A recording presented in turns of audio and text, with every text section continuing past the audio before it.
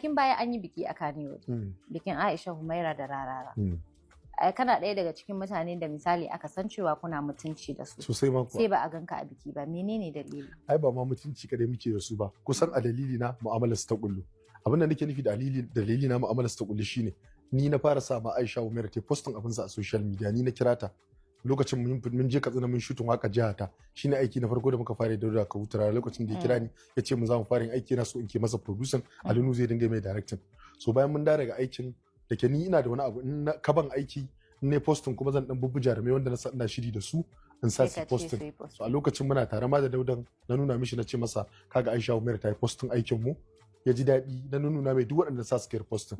Bayan mun gama sai za mu tafi wani aiki Dogara ya dawo sai ya ce masa to da Allah kawata ce Aminiya ta ce ina so mu dinga zuwa aiki da ita. Wannan shine farkon relationship din su da ita da Dauda. Kuma ban je bikin su ba saboda bana gari ina Lagos. Amma lokacin da na samu labarin auren su cewa an daura aure na kira Dauda mun yi magana da shi. Na masa Allah ya sai alkhairi. Muka yi wasa muka yi dariya kamar yadda muka saba, ita ma mun yi magana da ita a waya akan maganar bikin, har nake ga mata ba zan samu damar zuwa ba, zan je Lagos. To amma alhamdulillah na taya su murna. Duk wani wanda za a ba credit na tunanin ko kowa zai ja percentage, ni sai na fi kowa ja da yawa. Gaskiya ne. Yawwa to shine ba. Yawwa shine. Kwanaki